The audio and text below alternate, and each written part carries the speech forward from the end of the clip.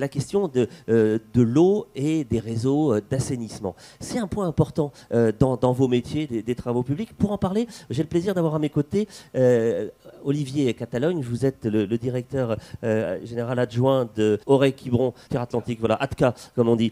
Donc un territoire qui est vraiment concerné par ces problématiques. Comment ça se passe chez vous sur votre territoire? Quel est le constat que vous faites et les besoins que vous exprimez? Alors le constat, il est effectivement un territoire très attractif en termes de saisonnalité touristique, puisqu'on a une communauté de communes de 110 000 habitants qui passe à 400 000 l'été, puisque notre territoire Auray-Quiberon Terre Atlantique, pour faire simple, c'est de la Trinité-sur-Mer. C'est entre le golfe du Morbihan et la Ria d'Etel, avec effectivement une amplitude saisonnière très importante, qui nous oblige évidemment à avoir des réseaux et des ouvrages, notamment stations d'épuration, qui sont dimensionnés. La question de la saisonnalité, pour moi, est relativement bien traitée. La vraie difficulté pour nous, c'est aujourd'hui des renouvellements de réseaux d'assainissement, alors qui, en tout cas chez nous, un réseau qui a été extrêmement peu entretenu à l'époque, avant les lois NOTRe et avant les constitutions finalement des intercommunautés qui ont repris l'ensemble de ces compétences. On avait, je pense, certaines communes ou syndicats qui n'investissaient pas suffisamment, et on se retrouve dans une situation aujourd'hui un peu de crise, avec des réseaux vieillissants pour eux, et donc avec des charges hydrauliques qui arrivent dans les stations d'épuration qui sont bien trop importantes, avec des problèmes de débordement.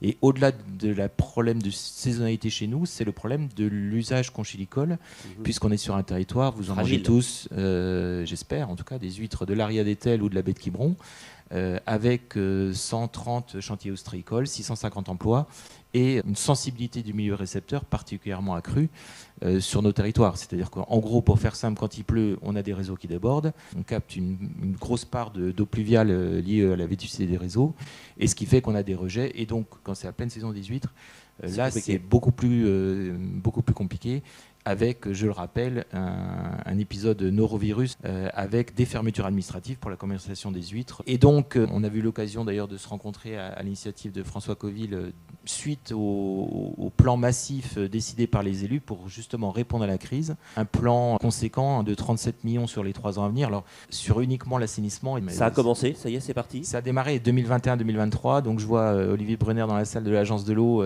Donc, merci encore à l'Agence de l'eau, puisqu'on a effectivement un accord de programmation avec des objectifs très clairs. Donc c'est du remplacement, c'est de la réhabilitation, très peu d'extension, puisqu'on est plutôt à réfléchir sur la réhabilitation de l'assainissement non collectif, mais c'est surtout pour moi la priorité, c'est la réhabilitation de l'existant. Vous confirmez, Alexandre Dupont, l'Adréal, le plan de relance, il arrive aussi peut-être au bon moment sur ce sujet-là pour remettre sur le devant de la scène des investissements nécessaires mais qui avaient été différés dans le temps? Oui, en effet, le plan de relance, c'était une opportunité. Mine de rien, une crise, parfois, ça peut être des opportunités aussi de réorienter les investissements qui sont faits. Et c'est ce que l'État a souhaité en soutenant les investissements des collectivités locales, parce que là, l'État n'est pas maître d'ouvrage de tous ces investissements. Mais par contre, il peut impulser des dynamiques en donnant des soutiens financiers. Donc certains territoires savent s'en Après, saisir. peu importe le mécanisme, la DSIL, les appels à projets, il y a différents mécanismes qui sont actuellement en cours. Mais c'est effectivement, il y a beaucoup de collectivités, et notamment en Bretagne. Ça, il faut saluer que comparativement au reste du territoire national, la Bretagne est assez dynamique dans le cadre du plan de relance, des appels à projets ou même les soutiens préfectoraux à travers des mécanismes comme la DSIL.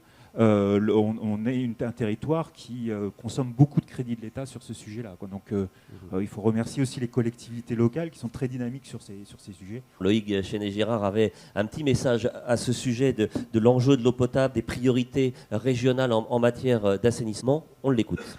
En Bretagne, comme partout ailleurs, nous avons de grands enjeux sur l'assainissement et sur l'eau potable. De grands enjeux car nous savons combien notre responsabilité est pleine et entière vis-à-vis de la pollution.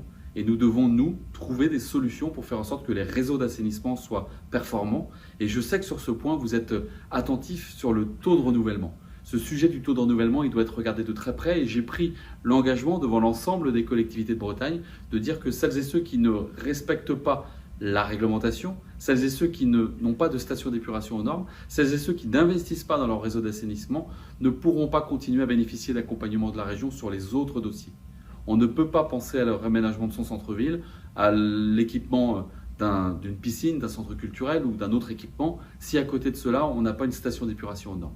Ce n'est pas acceptable vis-à-vis de la planète, bien entendu, mais pas acceptable aussi vis-à-vis des agriculteurs que nous mettons quelque part en pression pour répondre à ces enjeux environnementaux, et pas acceptable non plus vis-à-vis des ostréiculteurs et des conchiliculteurs qui vivent encore une fois de la qualité de l'eau et qui ne peuvent pas vivre dans l'angoisse chaque année de vivre des catastrophes comme on l'a vécu avec le norovirus il y a quelques temps.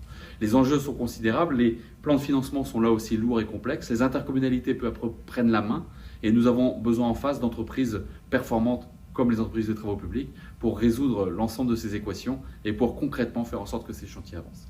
Même chose sur l'eau potable. Le sujet de l'eau potable est un sujet ô combien complexe.